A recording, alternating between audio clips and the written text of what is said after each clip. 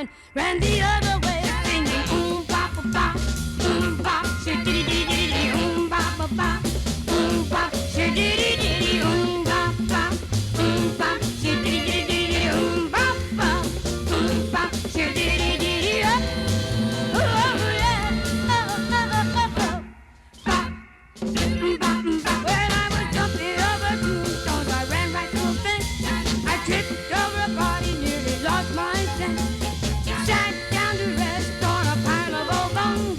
Sat up and started running, cause all I heard was bones are singing oom ba ba, oom ba, dee-dee-dee-dee-dee, oom ba ba, oom ba, dee-dee, oom ba ba ba, oom ba, dee-dee-dee-dee, oom ba ba ba, oom ba, dee-dee-dee-dee, oh yeah, oh yeah, ba ba ba ba ba, hey boy.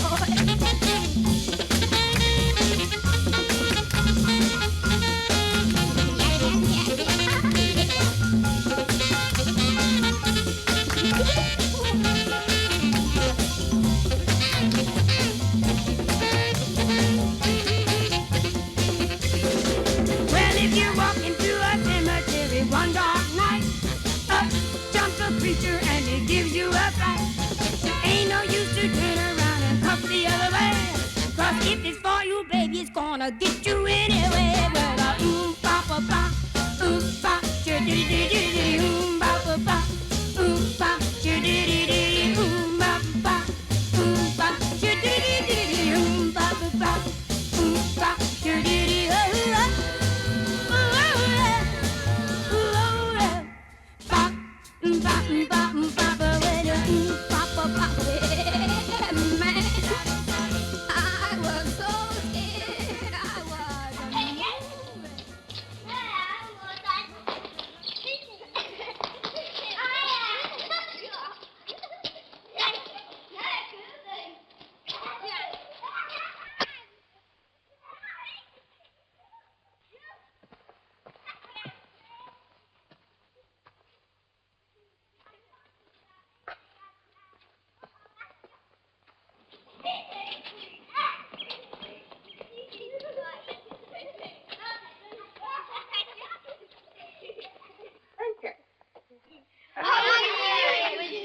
With me, you know Punch too.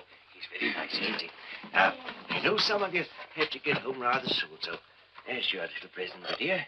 Yeah. Thank you, Mr. Grimsdyke. That's all right. Now, shall I tell you something? My wife's name is Helen. Mary Helen Grimsdyke. I always call her Helen. It's a nice name, isn't it? Bye-bye, then. Come on, Mark. Come on, Julie. Come sit here. Bye-bye, Mark. Bye-bye, Julie.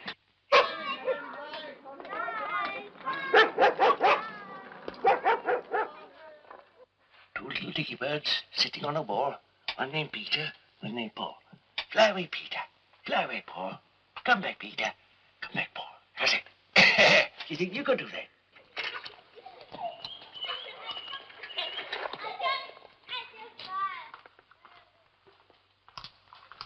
What are you looking at? Grimsdyke, of course. His usual shell out to the kids. He does it every year on his birthday. I don't know how you stand it. Stand what? Living across the road from that man. He's a rubbish collector, a dustman. Place is an eyesore. The toys he gives those kids, he finds in the rubbish heap and repairs. Why doesn't he sell out? I've made him offers. He's sentimental about that old dump. Says he and his wife lived there for their whole married life, and now he wants to die there. Just as she did. Well, it ruins the neighborhood and depreciates the value of our property. The inside must be like a pigsty.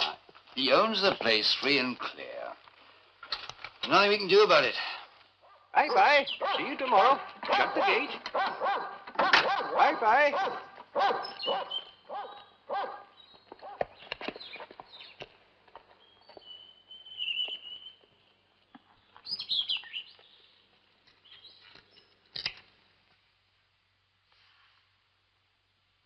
Isn't there?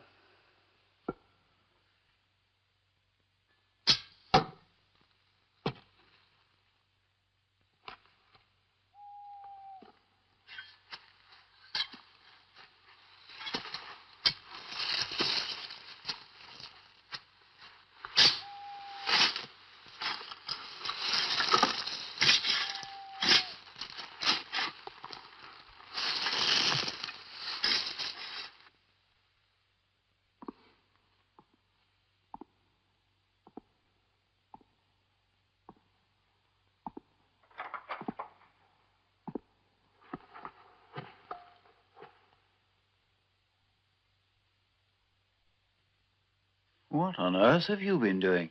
Somebody just made an awful mess of Mr. Baker's garden. Poor Grimsdyke's neighbor. He was so proud of his prize roses. My prize roses. Years of hard work. It's Grimsdyke's dogs for sure. This is too much. I'd like to make an official complaint. But you mustn't take them away. They're my friends. Sergeant, please. It's a court order and they don't have licenses. Oh, I couldn't afford licenses. Grimsdyke. Sergeant, please.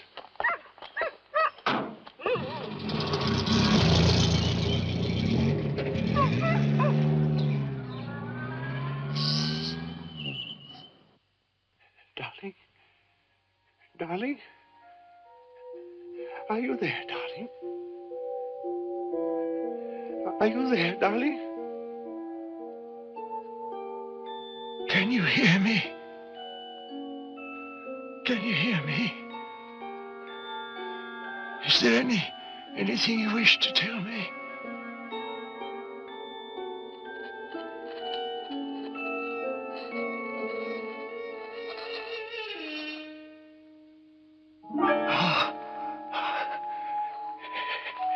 Give me the message.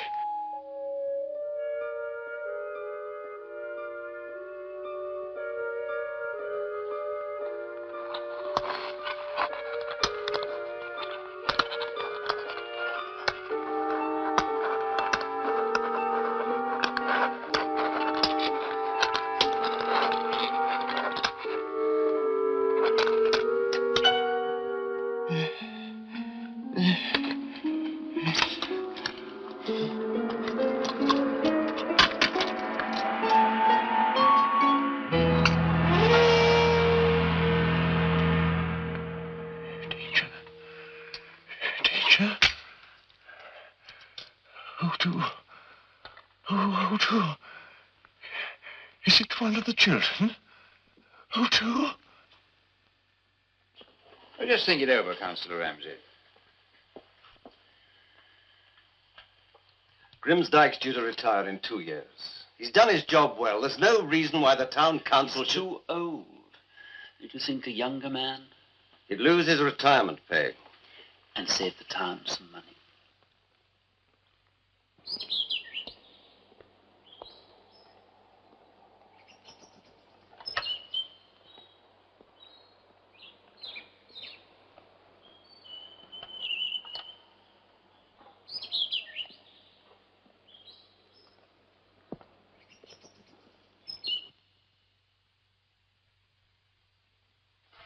Poor old Grimsdyke. I do believe he's out of a job.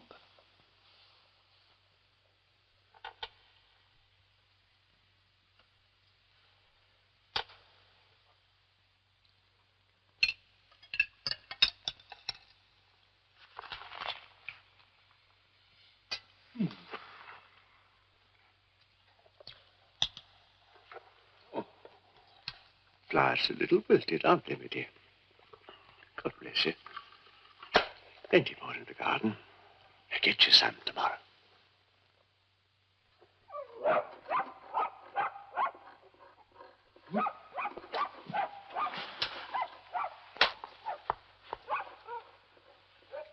Oh!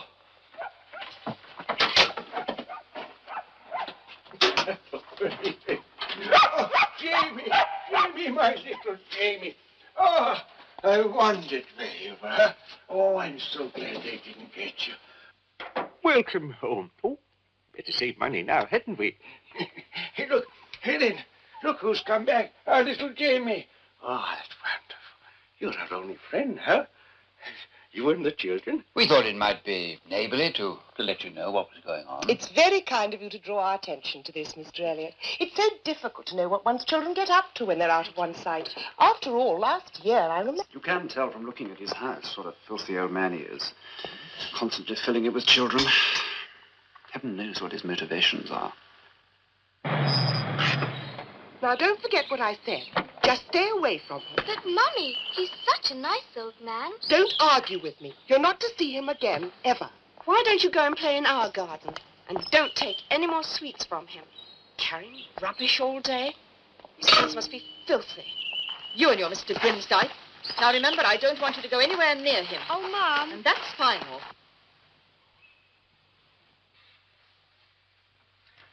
I don't understand it. Everyone was so kind. Now there's no work, no children, no one to make toys for. Oh, never mind. We've always got each other, haven't we, my dear? That's all that matters. Just one more turn of the screw, and he'll sell his property for next to nothing. What's on your mind? Valentine's Day. It's just 2 weeks away. So? We'll send him valentines. From everyone in town. Lots of mail for you today, Mr. Grimsdyke. Good morning. Thank you very much. Oh, very kind. My dear, look, it's not even Christmas, is it? Not that it makes any difference if it is or not. I wouldn't be writing to it. Let's see now. It's a Valentine card. You're my only sweetheart. Will this be? Noisy are children, loud is a bell, pungent is perfume, but you only smell. Noisy are children, loud is a bell, pungent is perfume, but you only smell. I don't think I like that. Let's see what we have here.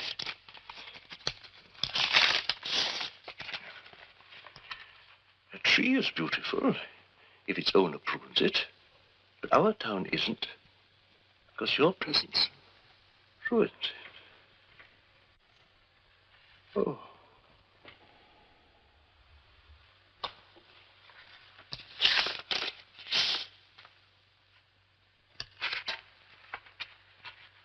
Some people live in the country.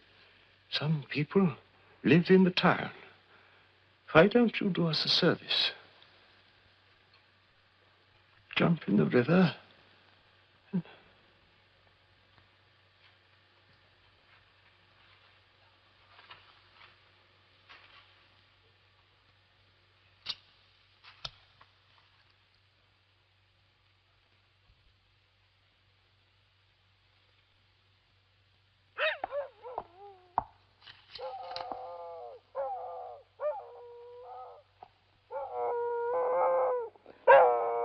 What's Grimsdyke been doing to that mongrel? He hasn't stopped whining for a week. You know, come to think of it, I haven't seen Grimsdyke for days. Not since Valentine's Day.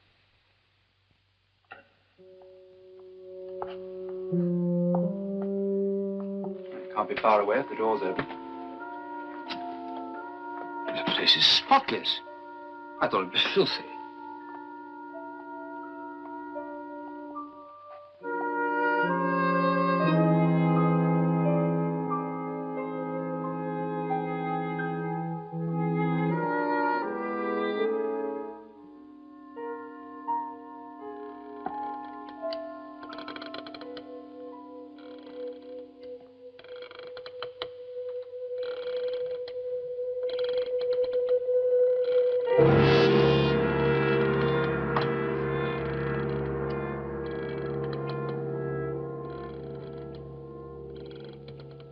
But the merciful goodness of the Lord endureth for ever and ever upon them that fear him, and his righteousness upon his children's children.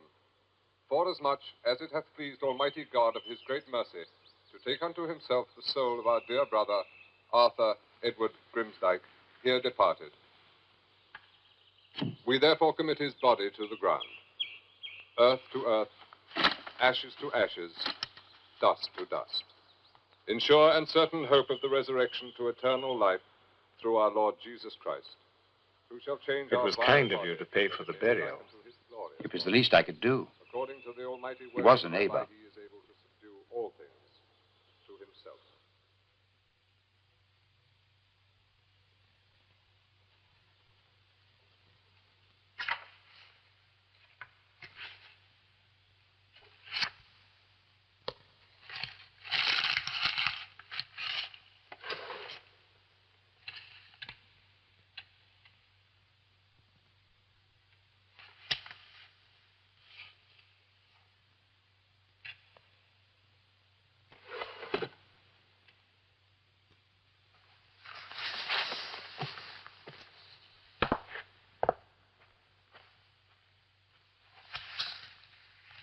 Well, what's that?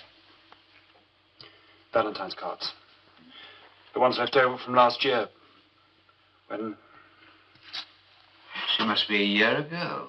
Today. St. Valentine's Day, February the 14th. A year ago exactly.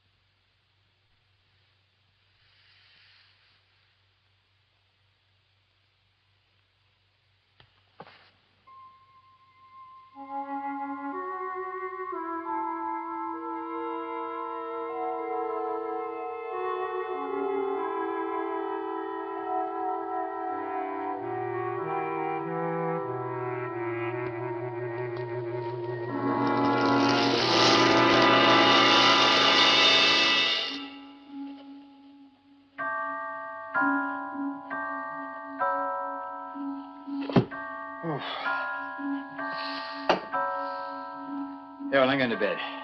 See you in the morning. Night. Night.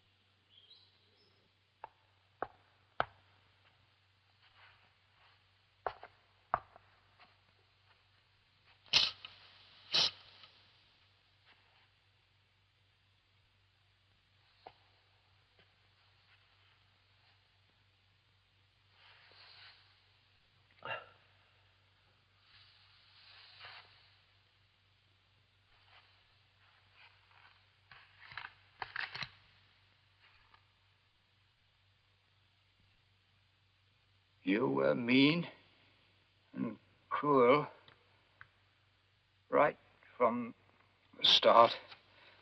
Now you really have no...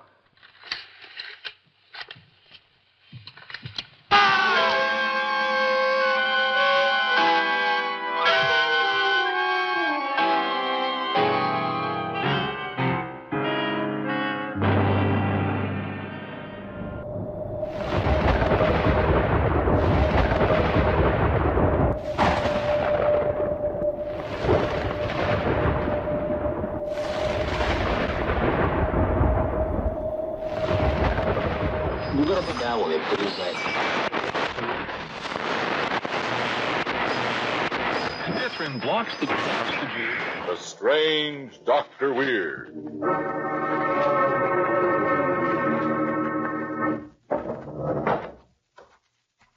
Good evening. Come in, won't you? Why, what's the matter? You seem a bit nervous. Perhaps the cemetery outside this house has upset you. But there are things far worse than cemeteries. For instance, a mad desire to kill is in the story I want to tell you tonight. A story I call Murder Will Out. My My story, Murder Will Out, begins in a large park of an eastern metropolis.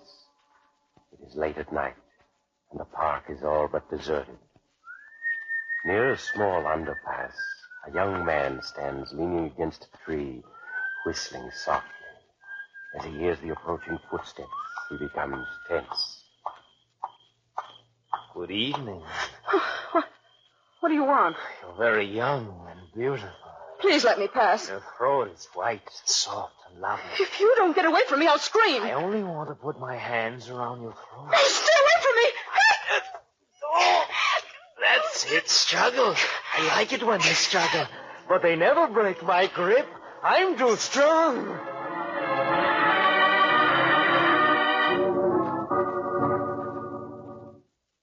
Good morning, dear. Morning.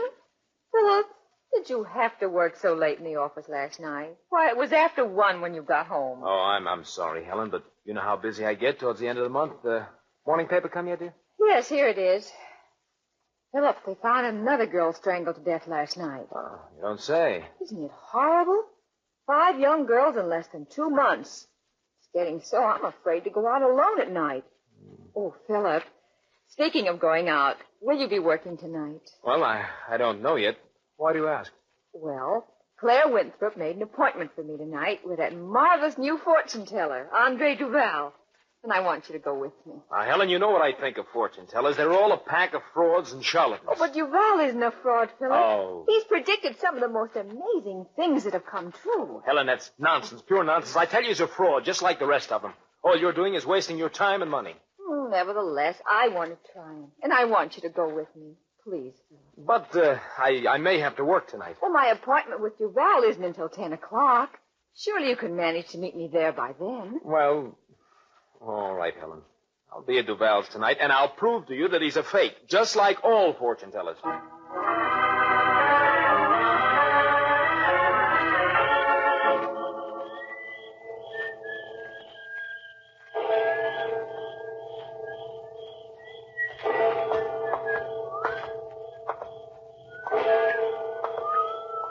Good evening. What do you want? I just want to look at Oh, you. please let me by. You're beautiful, just like the others. Like the others? Yes, your throat is so soft and lovely. It's You're just the strangler. That's it. That's it, struggle. I like it when you struggle. But you see, you can't break my grip.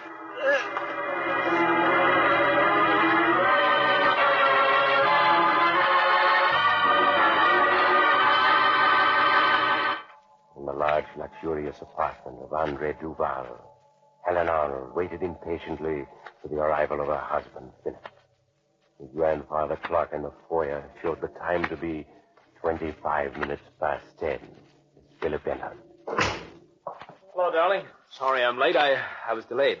Are you feeling all right? Of course. Why do you ask? Your eyes are so bright and your cheeks are flushed. You look as if you have a fever. Oh, nonsense. I'm perfectly well. Now, where's your friend Duval, the great fortune teller? Oh, you were right, Philip. He's nothing but a fraud.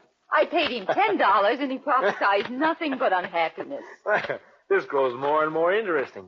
Tell me, what exactly did he tell you?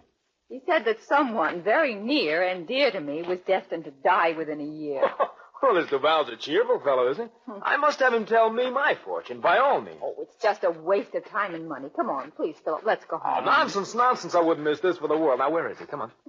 Through that door over there. All right, just you wait where you are. This shouldn't take long. All right, Philip. Come in. Oh, Mr. Duval, I'm Philip Arnold. Oh, yes. Come in, Mr. Arnold. Thank you. If you will sit here, please. Of course. Ah, I see in your eyes, Mr. Arnold, that you have no faith in. Frankly, Mr. Duval, I haven't. But I'm perfectly willing to have my mind changed. Perhaps if I were to tell you something of your past, something only you know, it might help. It might.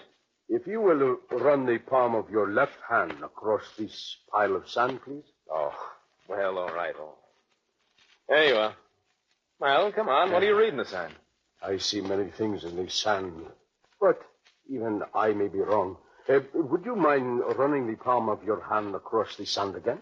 Oh, very well. There. Oh, come on. Why do you keep staring at the sand like that? What do you see? The sands reveal a dark and tortured past. You have taken human lives. You're wrong. No, it is all here in the sands. You have murdered the innocent. Who are you? What's your game? Look, if you're trying to... You needn't be afraid, Mr. Arnold. Whatever I tell you will not be revealed to anyone else. How can I be sure of that? There is an old Chinese proverb. In the end, justice works itself out. What is meant to be will be. Nothing can change that which is ordained. You mean because you believe that, you wouldn't go to the police? Yes. I was a fool to get excited. What if you did go to the police? They wouldn't believe you anyway. Shall I read your future for you now? That is what you came for, no? My future? So. Well, all right, go ahead. Please to run the palm of your right hand across this pile of sand. Oh, very well. There. So. And what do you see? Oh, sometimes it is better not to know what the future holds. Whatever it is, I want to know. Now, come on, let's have it. As you wish. The sands are not altogether clear, but I can see that you are going to commit one more murder. And that when you do, you will be caught. Caught? Yes. You will be caught and executed. And nothing you can do will change it.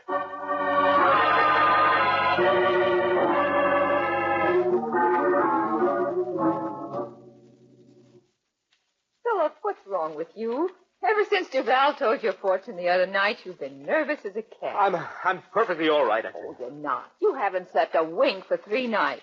Why don't you tell me what Duval said? Look, I've told you over and over again. It was just a lot of gibberish. Now, stop asking so many questions, please. But I'd like to know what he told you. Will you be quiet?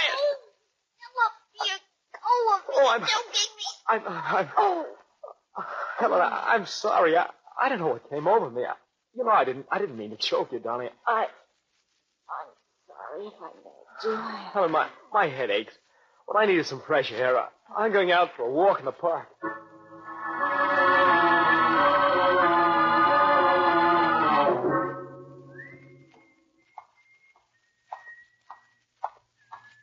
Good evening. Oh, you startled me. I'm sorry. What do you want? Please let me pass. You're so young. You have such a lovely white throat. You're the strangler. No, don't! Oh, such a lovely throat. You are going to commit one more murder. No. And when you do, you will be caught. No. Wait. She's gotten away. It's all Duval's fault. Yes, Duval.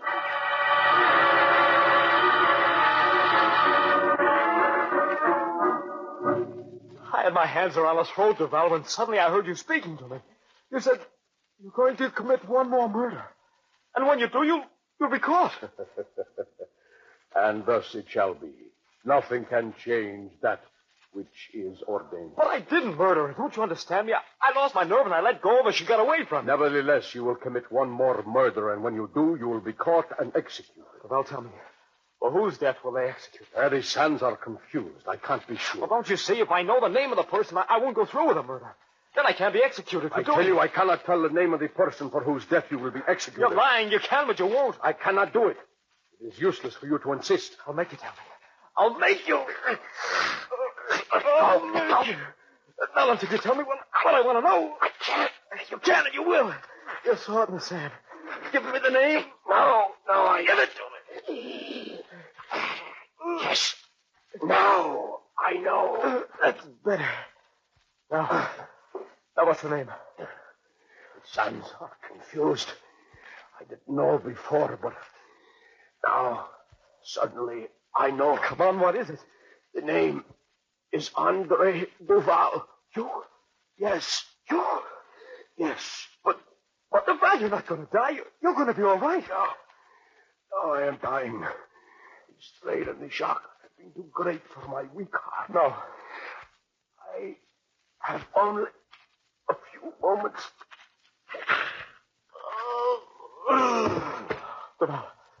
Duval! He's dead.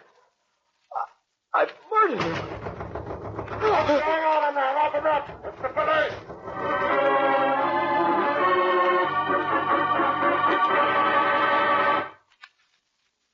Too bad about Philip Arnold, wasn't it? When he was sentenced to death for Duval's murder, his friends were all mystified because he didn't appeal his case. But of course, Philip knew it was hopeless. What is written in the sands of time cannot be changed. And sure enough, bright and early one morning, they did hang him. But by the way, if you know any fortune tellers, you might be wise to give them a wide berth. If you don't, you too might... Oh, you have to go? Perhaps you'll drop in on me again soon. Just look for the house on the other side of the cemetery. The house of Dr. Weir.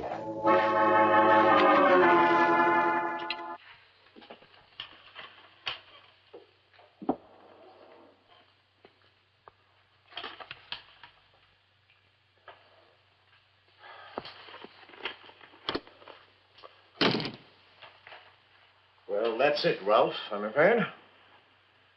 It's all gone. Everything. More than everything. You have debts. I did warn you, didn't I, not to use money that had been entrusted to you. The risks were far too great. Risks. The gains could have been enormous. What do I do now? Well, you have two choices. First, bankruptcy. And according to you, that would be dishonorable, wouldn't it? Now, come on, let's face it. You've done dishonorable things in your life before, in your business life. Hard, ruthless, and perhaps even cruel. Yes, to build up the Jason empire, sometimes I had to be. No one has to be. I did. Oh, it's easy to talk, but I had to fight my way up the hard way. If people got hurt, they got hurt. But I always paid my debts. No, I'm not going into bankruptcy. Well, if you intend to try and pay off your debts, you'll have to start selling things. Things of value. Properties, your paintings, everything. My house? All the beautiful things I've acquired during the years? It's the only way. I won't do it. I'm afraid you'll have to. So there's nothing else for it. We have to sell them. Oh, I know it's a blow. Our whole life's in them. Everything we've collected all over the world. I remember that one. We got it in that strange shop in Hong Kong when you were selling guns too. Do you remember what the little man in the shop said to us when he sold it to us? Yes. Use it wisely. I wonder what he meant by that. Ralph, have you ever seen this writing that's inscribed on the bottom of this statuette? Writing? Yes, here at the base. 3 wishes I give, and no more, to each owner of me, so keep score. Each wish will come true, so take care what you do. I can't read the rest, but the last word is deplore. What does it all mean? Use it wisely. If only it could give us 3 wishes. That's storybook nonsense. It reminds me of a tale I once read. What was it? We could pay all our debts. The Monkey's Paw. That's what it was. I wish. I read it when I was at school. I wish for lots and lots of money. Oh, no. Too late, I already have. And I've just remembered what happened at the end of the story. Well, you said yourself it was just a story. Like our 3 wishes.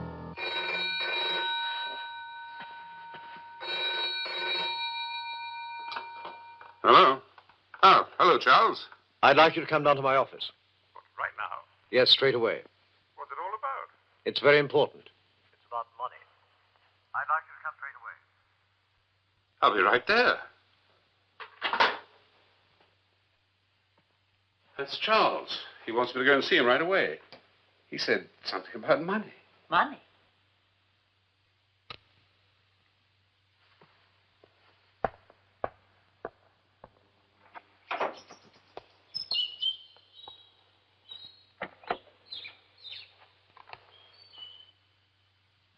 Maybe our wish will come true after all.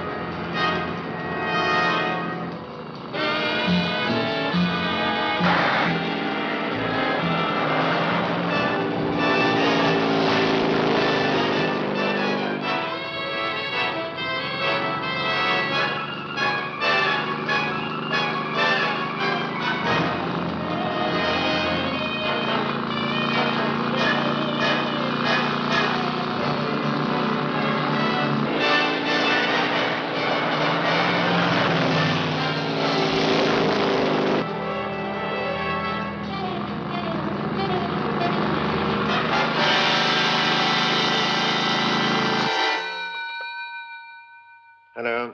Is that Mr. Gregory? Yes, yes, speaking. I'm sorry to tell you, sir, but your client, Ralph Jason, has been killed in a car crash. In his car? Yes, on a road about 10 miles from his home. Well, have you told Enid, Mrs. Jason, yet? No, not yet. We found some letters from you in his pocket. They indicate that you're not only his solicitor, but a close friend of the family. We thought it better that you bring the news. Yes, yes. Yes, of course. Leave it to me. I'll tell her.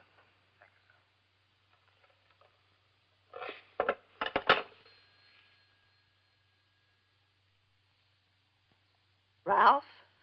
Dead?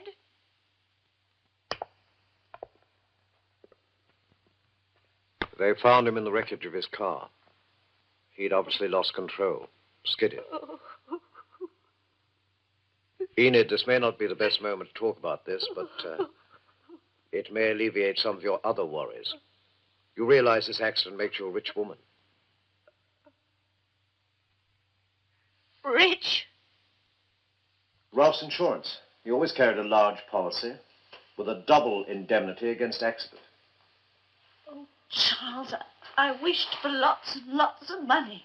Ralph warned me not to. No, that's a coincidence. No, surely. it's no coincidence. That statuette. It gave us 3 wishes. I used one of them to wish for lots and lots of money. Now, I'm going to wish for Ralph back.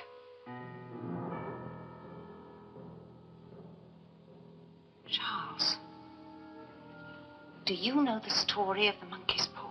That's the story of the old couple who are given a monkey's paw, which entitles them to 3 wishes. They wish for money. And they get the money because their son is killed in a machine in his factory, crushed in it. You mustn't wish Ralph back. Why not? Well, in the story, this mother wishes her son back, and he does come back, but in the condition in which he died, mutilated, mangled, torn. I must be careful not to make the same mistake. I shall wish that Ralph were back as he was before the accident.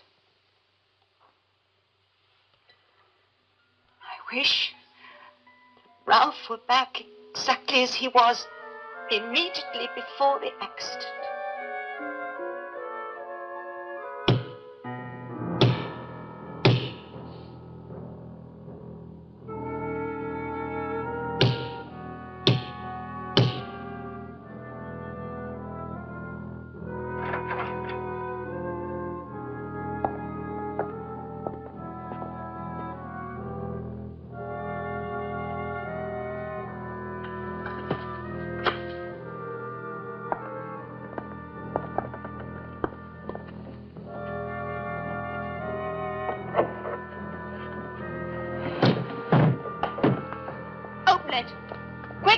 No, don't look.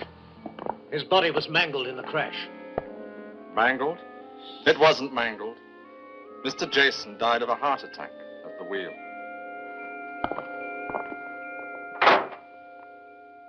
I wish to bring him back as he was immediately before the accident. But he was already dead. Dead from a heart attack, so the accident didn't kill him.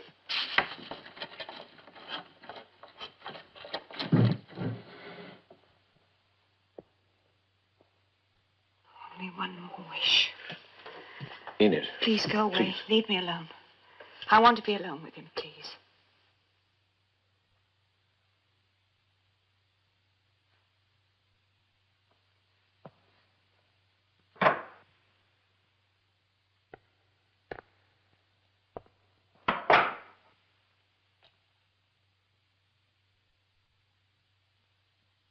Only one more wish. Only one. I mustn't waste it. I must be careful.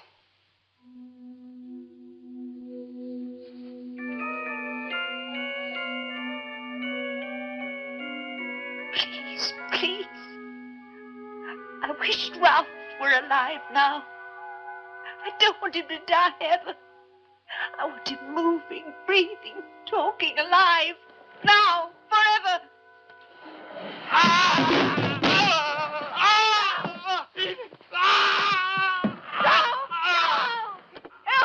What's happened? What have you done?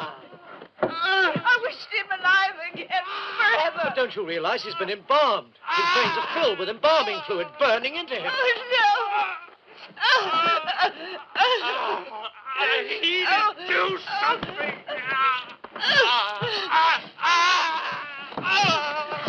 For God's sake, Edith, help me. No, Enid, don't.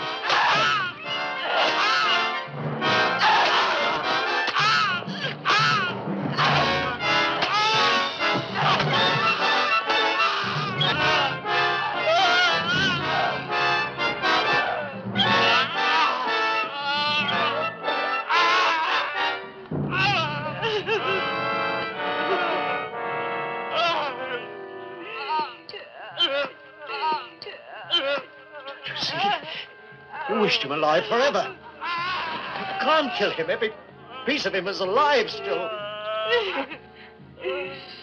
Alive and suffering forever.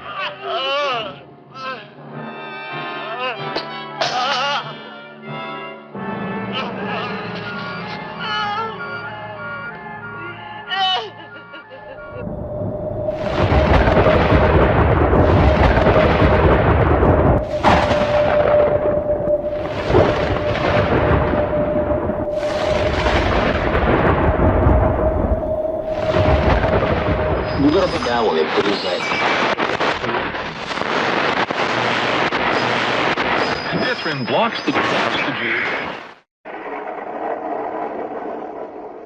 The Strange Dr. Weird.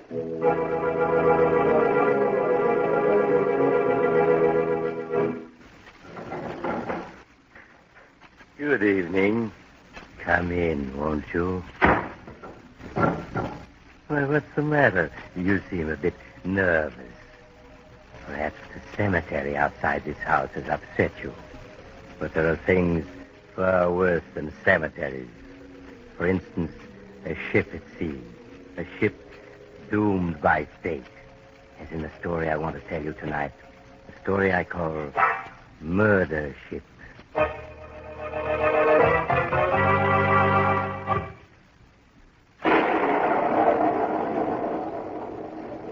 My story begins aboard a coastwise liner, the SS Arctic Star, as it slowly gropes its way through a thick, all-enveloping gray fog. On one of the decks of the liner, a man and a woman stand by the railing. Now, look, Millie, you don't want to go ashore broke, do you? But, Larry, I'm afraid. I tell you, I saw this guy Abbott's bankroll. He's carrying at least $20,000 in cash. Larry, it's too dangerous. There's nothing to it. The two of us go to his stateroom. You hold his attention, and I let him have it with a knife. When we dock 2 hours from now, you and me just walk off the ship with the other 500 passengers. But we'll be on a train to New York with 20 G's in our pockets before they even discover the body. Larry, I have a feeling that we'll be caught. Please give it up. All right? That's the way you want it? Then you and I are through. You don't mean that, do you? I do. Unless you pull this job with me. All right, Larry. I'll do whatever you say.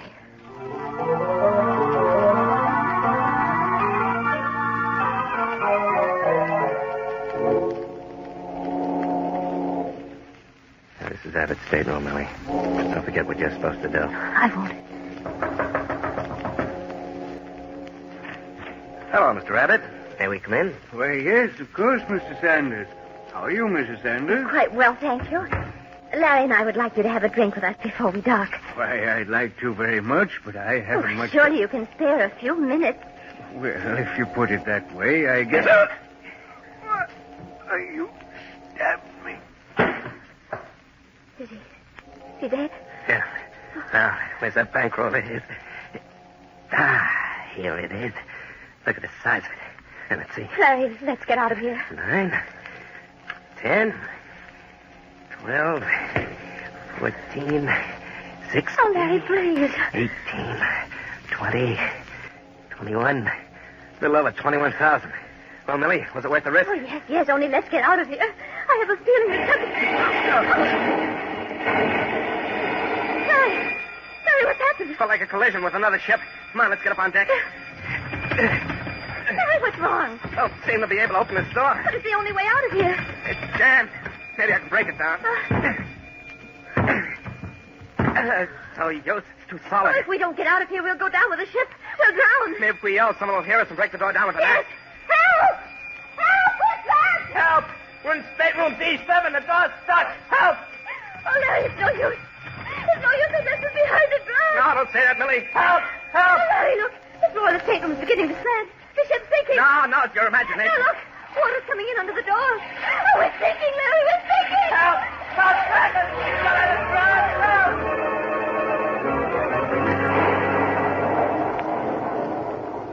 And now I'll finish my story, Murder Ship. It's a half hour since the SS Arctic Star was rammed and started sinking. Trapped in the stateroom of the late Mr. Abbott, Larry and Millie find themselves waist deep in water. Larry, fear in his eyes, stands by the porthole, looking out at the water, which threatens any moment to burst through and claim their lives. In the eerie semi-darkness of the stateroom, Millie sobs hysterically. Oh, what's the use? We're going to die. I know we are. Don't say that. Look, the water stopped rising. Crash must have closed the ventilator grating. Room's airtight now, and the pressure of the air's holding the water back. What difference does it make? We can't get out. They may send divers down to rescue us. Like they saved men trapped in sunken submarines. Yes, but no one knows we're trapped in here. There's always a chance. Sorry, what's happened? I think we've hit bottom. The ship doesn't seem to be moving anymore. The floor of the stateroom. It's still slanting downwards. Because the bow of the ship's on the bottom while the stern's above us. Oh, what's keeping the stern up? But the air pockets in the stern, just like in the stateroom. Oh, I know we're going to die trapped down here. Hundreds of people on the surface. Millie, let's say that. There's always a chance to rescue. No, we're going to die here. I know it.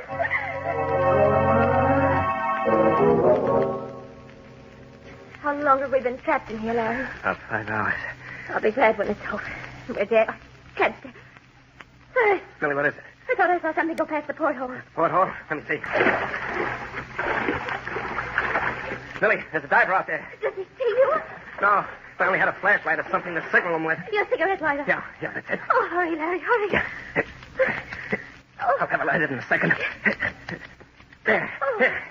Does he see us? If only he'd look up. He's only a few feet below us. Move the lighter from one side of the porthole to the other. All right. Millie, he sees us. He's waving to me. He's trying to signal something to us. He's holding up 4 fingers. Millie, you know what that means?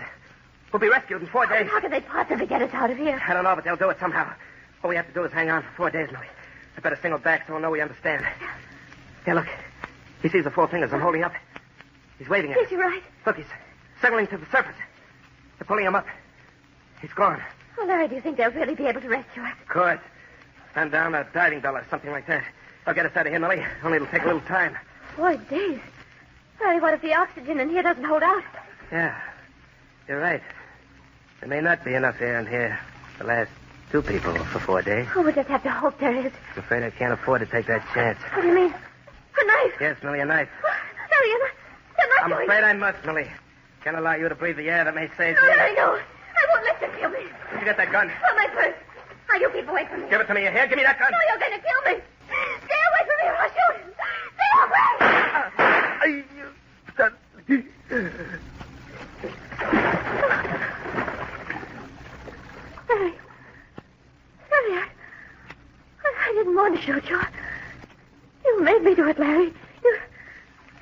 Oh, now I'm alone. All alone, hundreds of feet under the surface. Harry. Harry, don't look at me like that.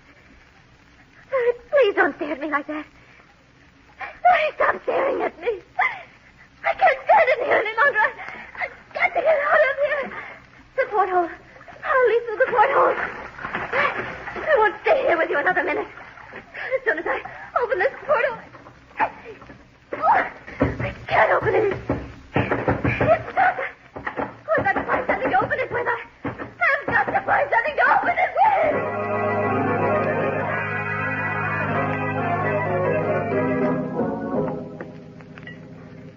All right, Mike, take it easy. I'll have your helmet unscrewed in a minute, and you can tell me whatever you have to say. There now. Take it easy while I take it off. George, you'll never believe what I saw down there. A mermaid, I suppose. No, George. There are two people trapped in one of the staterooms on that ship. What's that? A man and a woman. They're trapped in the stateroom on D-deck. You sure? I'm positive they signaled to me. Well, I'll be darned. And the way I figure it, they're only alive because their stateroom is an underwater air pocket. How far down is that stateroom? Yeah, the porthole is about 6 feet below the surface. 6 feet, huh? Aye. Oh, that's a break. As soon as it's low tide, the porthole will be just out of water. We can get him out easy. Did you signal that to him? Oh, sure. I held up 4 fingers to show that we'd have him out in 4 hours. Fine. They're so close to the surface, we shouldn't have any trouble at all. In 4 hours, we'll have him out of there safe and sound.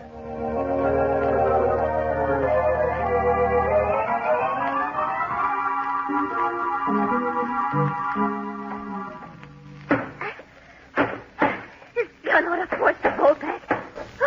Just a few more blows and I'll have it open. Then I'll be able to escape and get away from you, Harry. You won't be able to stare at me anymore. Just a little more and I'll have it open.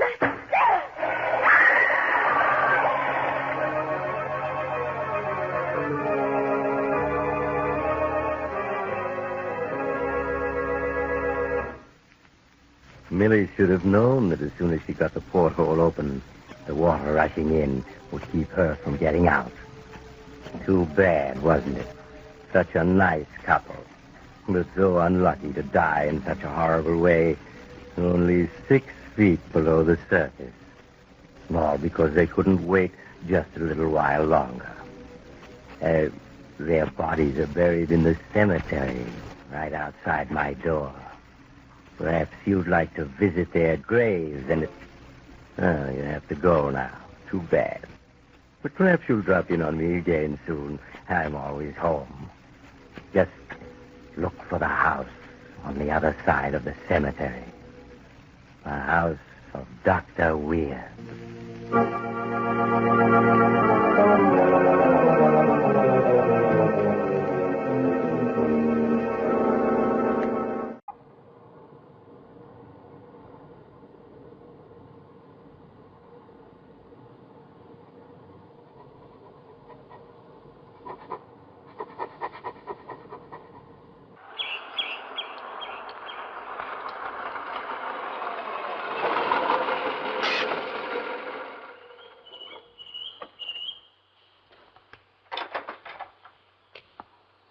Mr. Rogers? Major Rogers. You might show me to my quarters and have something get my kit in, will you? Shane, here. Good boy.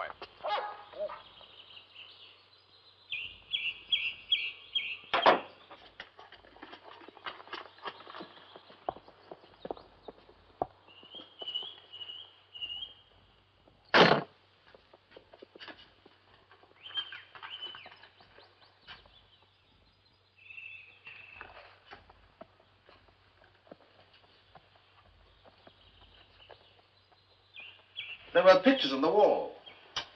Where have they gone? Personal property of your predecessor, sir. Well, we must get some more. I'll go down to London and have a look around the galleries. Where are the men? The patients? They've gone to lunch, sir. You mean dinner, don't you? Bon appetit, Mr. Carter. Thank you, Harry.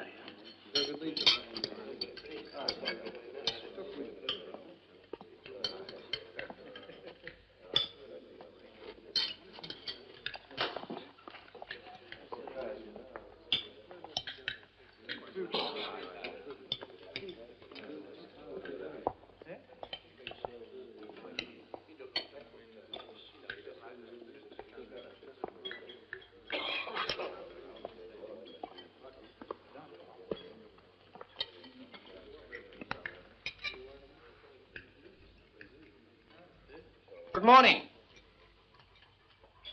My name is Rogers, Major William Rogers. I've been appointed your new superintendent here and take up my duties today. I've had considerable experience in dealing with men as an officer in the Army. I promise you I will do this job to the best of my ability. I hope we'll all get along well. If there are any complaints, I shall be pleased to deal with them in my office at any time. Good morning. Good morning. Good morning. Good morning.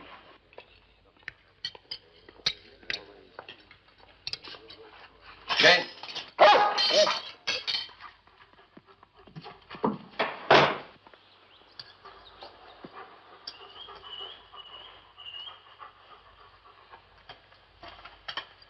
Well, Shane, after I made a few changes, I think we're going to like it here.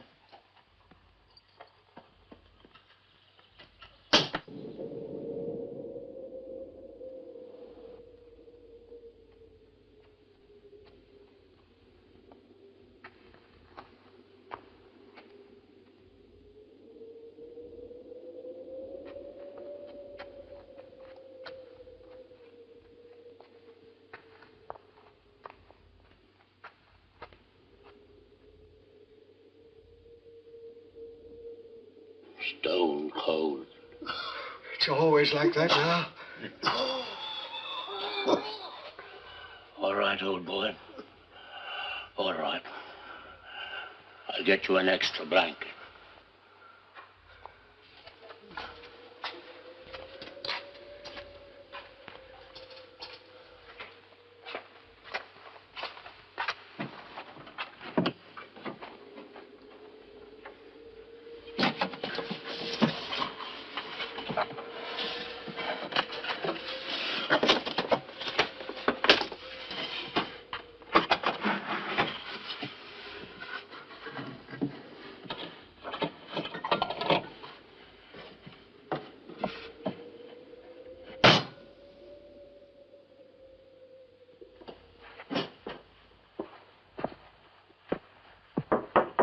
Yes?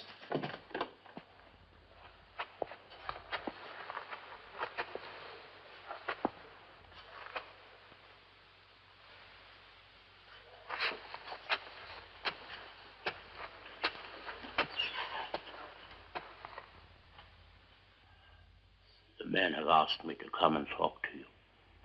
Yes? It's about the heating. It's been very cold this past few nights. We wondered if you... For reasons of economy, the heating is now turned off each evening at 2000 hours. You'll all be in bed by then. After all, there's no point in staying up. You can't see anything. The beds are cold. There aren't enough blankets. I'm trying to run this place as efficiently and as economically as I can. I'm afraid the current budget does not include the cost of new blankets. Do you know anything about blind people? No, I can't say I do until I took over this job. But I was in the Army for over 20 years, and I learned to handle all kinds of men there. With all due respect, sir, we are not soldiers. And blind people are not like people with sight. We have lost one sense, but the loss of that one sense only tends to sharpen the other. Do you know what that means? We feel things more acutely. If food is bad, it tastes worse to us. If a room is dirty, we feel every speck. If an insect scurries across the floor, we hear it. And if it's cold, we feel the cold more. Why don't you sell that painting and buy us fuel or extra blankets? I was not aware that the administration of expenditure for this establishment had been handed over to you, Mr. Carter. Good morning.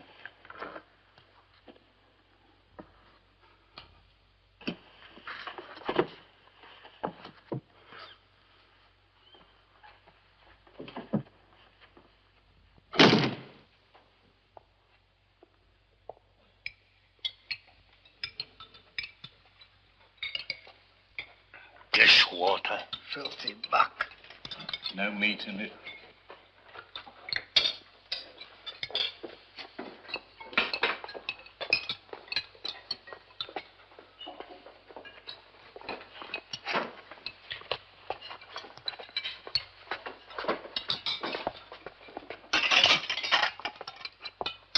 Sorry, Dad, there ain't no more. No second helping? Well, rations were cut, you see. Superintendent says he's doing the best he can with prices so high.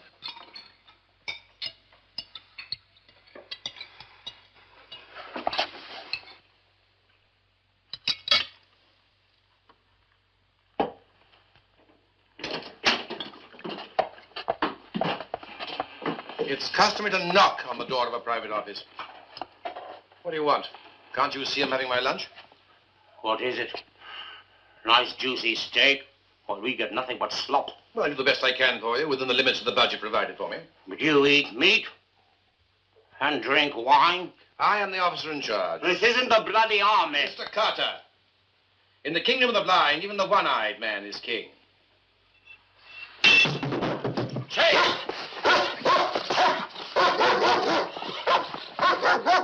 Shane, stay.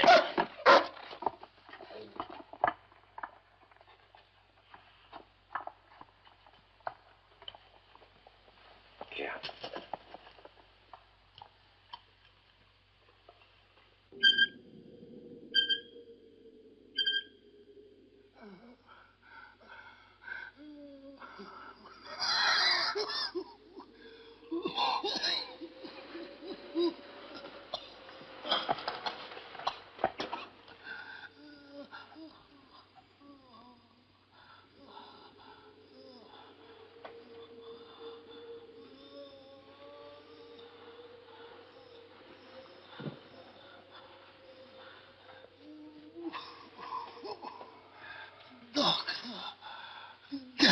Doctor.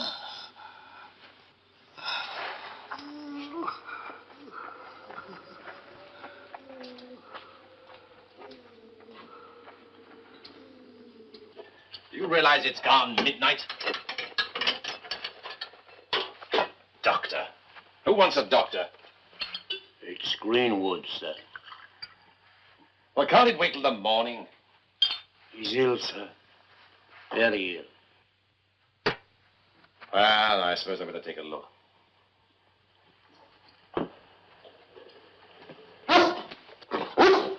Shane, wait. Blanket.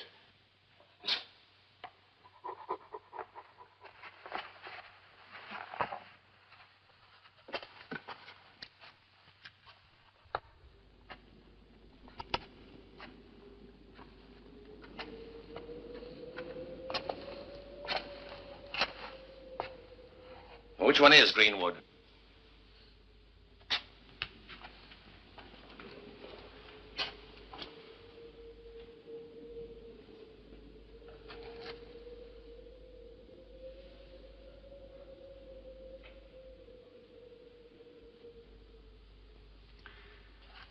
The man is dead.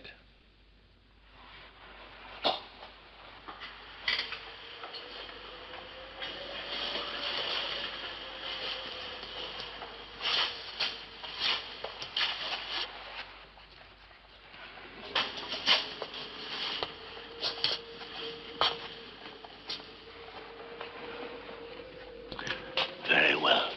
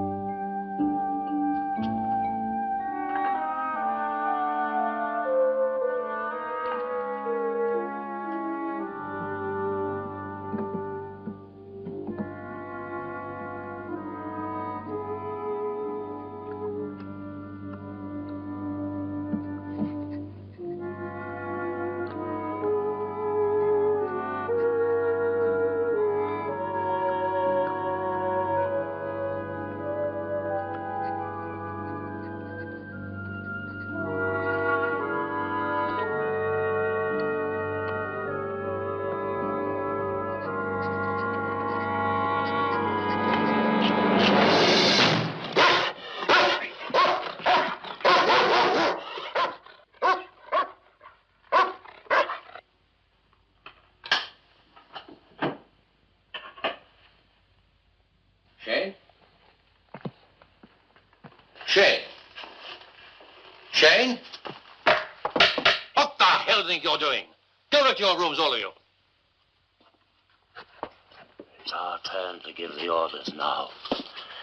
Major Rogers, sir. Well, what is it? What do you want?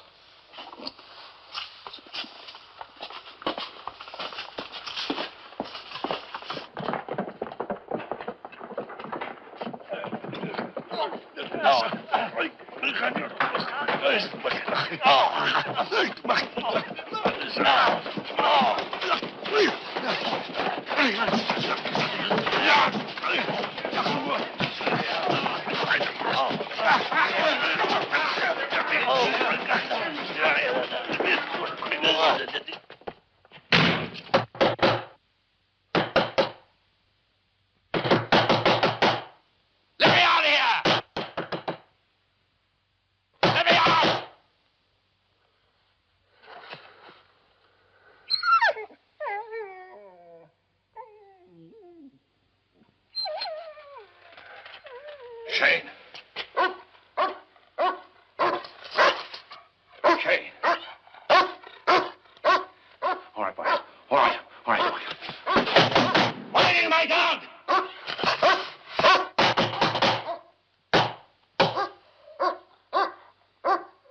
What are you doing with my dog?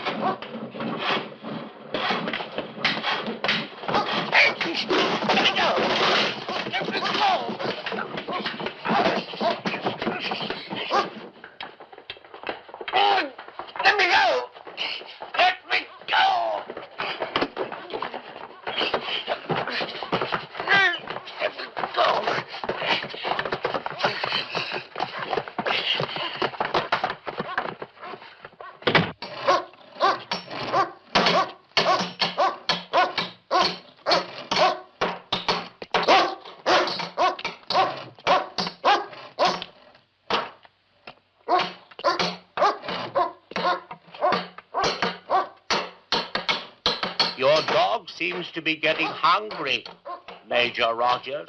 Feed him, please. Please feed him. All in good time. But you must feed him. He'll be dangerous. He'll go wild, berserk. I know, Major Rogers, sir.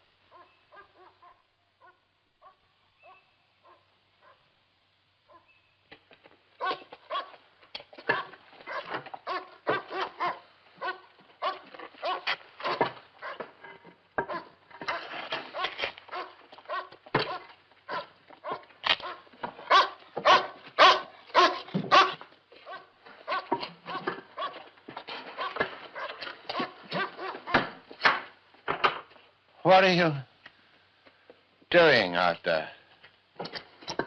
You'll see soon enough.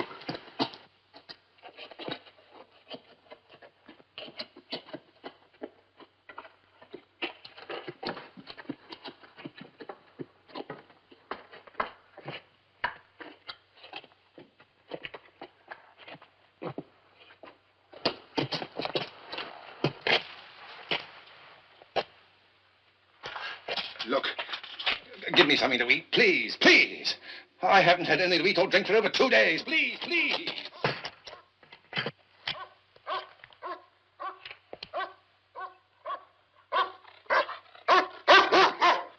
Well, at least feed my dog, please. He'll be fed all right. Major Rogers, sir.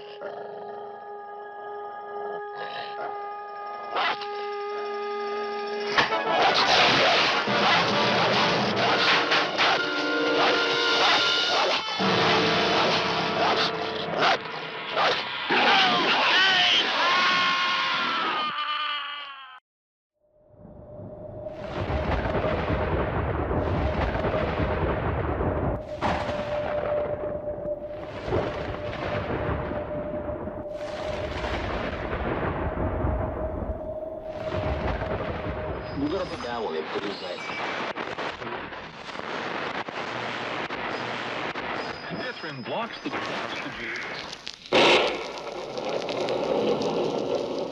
The Strange Dr. Weird.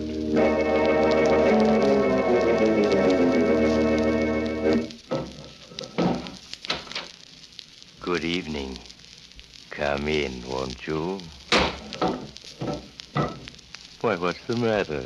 You seem a bit nervous. Perhaps the cemetery outside this house has upset you. But there are things far worse than cemeteries. For instance, knowing that you are cut off from the world and that death awaits you inevitably. As in the story I want to tell you tonight. A story I call The Secret Room.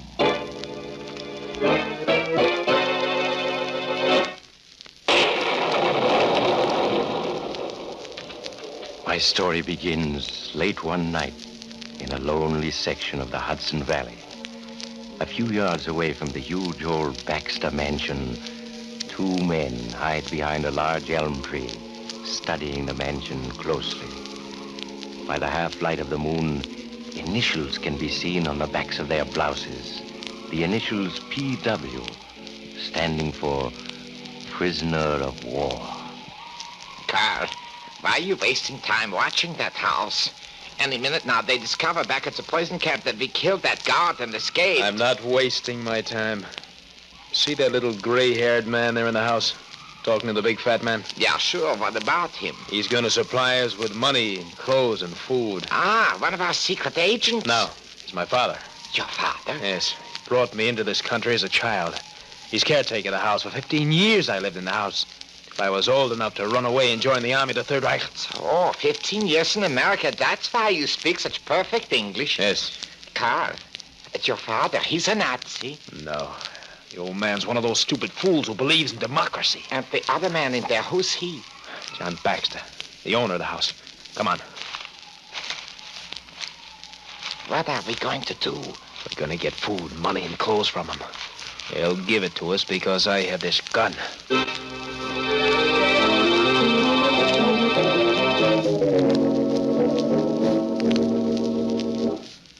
Well, Hans, I'd better start back for the city.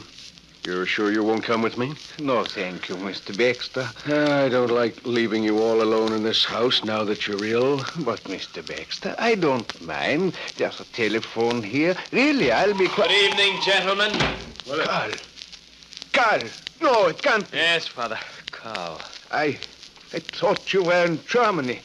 What are you doing here? Hans, don't you understand? Look at their uniforms. They're escaped prisoners of war. So, Carl, you fought with the Nazi scum against humanity. You are one of the scoundrels who... Perhaps that'll teach you to speak with more respect to a soldier of the Third Reich. Why, you dirty coward. Striking your own father. Quiet, you get the same thing. Now, listen to me, both of you. My friend and I need food, clothes, money. If either of you gives us the slightest bit of trouble, I'll kill you. Muller, you stand guard over these two men with this gun while I get some food in the kitchen. Jawohl, Herr Leutnant.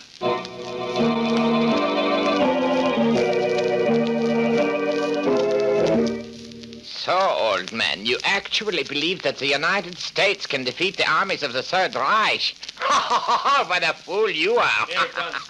Here's some food for you. I've got... Franz, where's Baxter? Baxter? He's sitting right... He's gone. You fool, he escaped. Give me that gun. But he was sitting right in that chair. Come on. You've got to find him if he... Listen. That's right, Sheriff. 2 escaped war prisoners. One of them has a gun. You'd better hurry over here before... So here you are.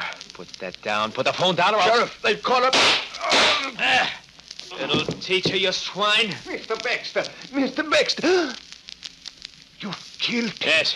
Franz, hang up the receiver. Jawohl. Carl, what will we do? The sheriff knows we are here now. Oh, you fool. If you'd watched Baxter closely, this never would have happened. I only turned my back to him for a moment. I had no idea. The sheriff will be here in a few minutes. There's no use our running for it. They'd have every road blocked. But we can't stay here. Wait a minute. We can stay here. There's a secret room in the cellar of this house. A secret room in the cellar? Yes. I remember when I was a boy, the high and mighty Baxter family had an uncle who wasn't right in the head. They were ashamed to let the world know about it, so they kept him a prisoner in a secret room. My father can show us where that is. Where is it, Father? I'll never show you.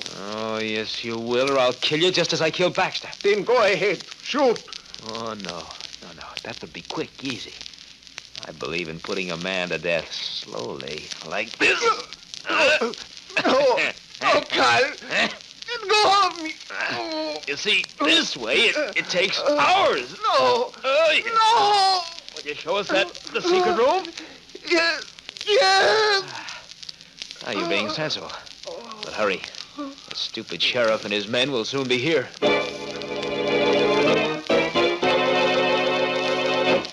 While Dr. Weird looks for skeletons in the closet, let's take a quick look into your wardrobe.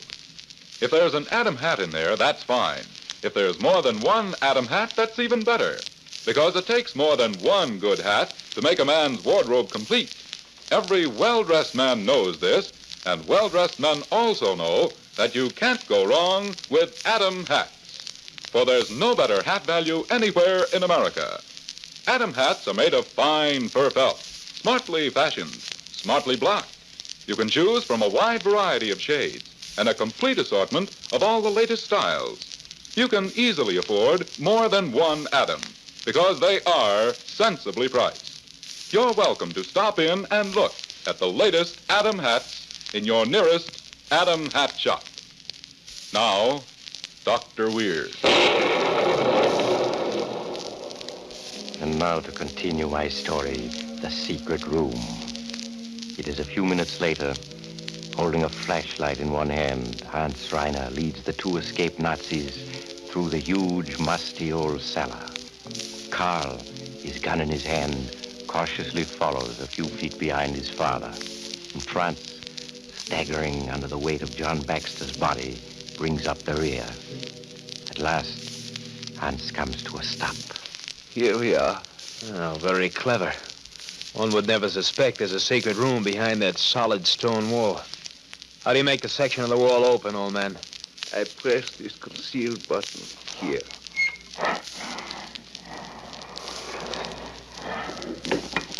Carl, look, the wall has opened. Yes. Old man, shine your flashlight into the room.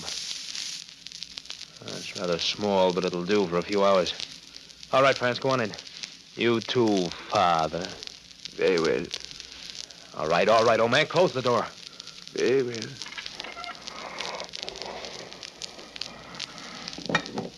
Now, it cannot be opened from the outside unless you know where the button is. Good. Now all we have to do is stay in here until the sheriff and his men have searched the house. When they find it empty, they'll leave. Then you and I, Carl, will be able to make plans. Yes. Plans that will take us back to the fatherland. Yes. Once again, we shall have proven the superiority of the master race.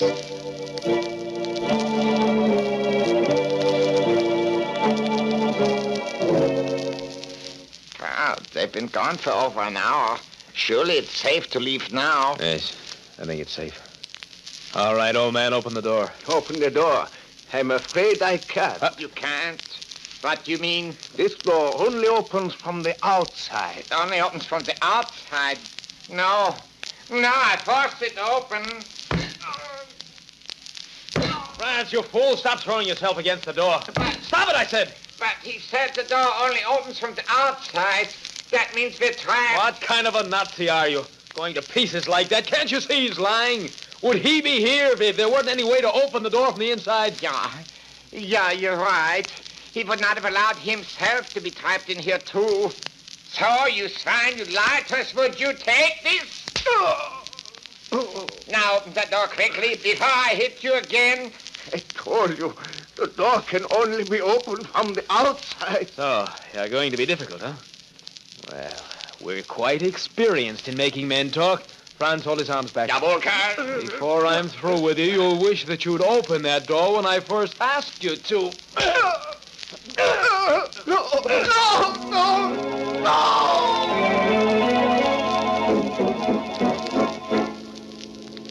Karl, he's regaining consciousness. Yes, we'll have to get it out of him this time.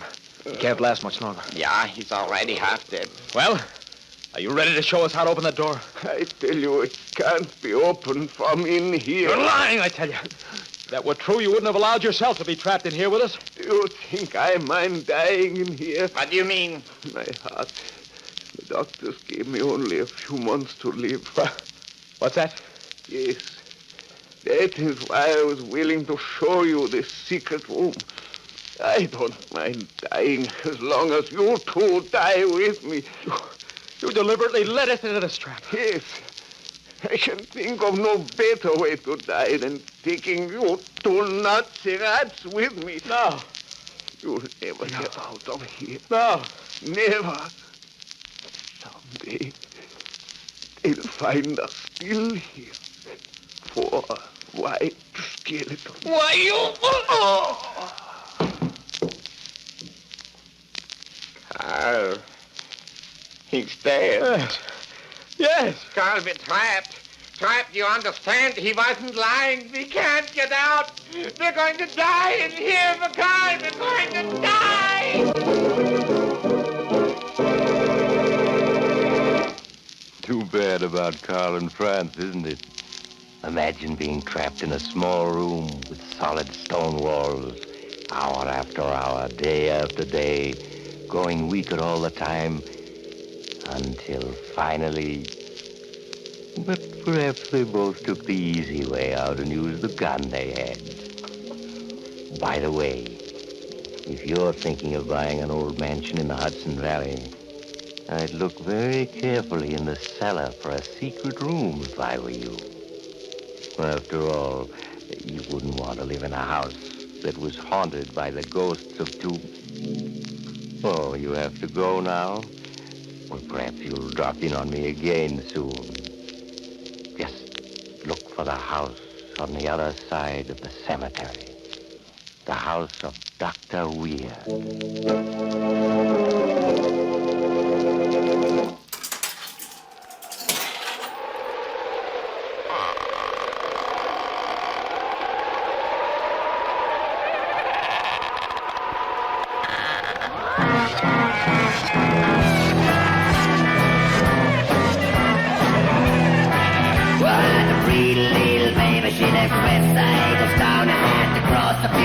And then all the way down. At the end there was a graveyard that jumped over the road. I've been walking through a cemetery. I've been walking through the cemetery. Oh, oh.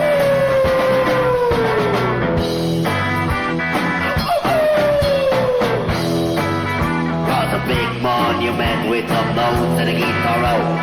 A blue, white, and red flowers like Williams with on his pony. I'm cheating hard, long gone daddy. I start to yell. I've been walking to a cemetery. I've been walking through a cemetery. Oh, oh, oh.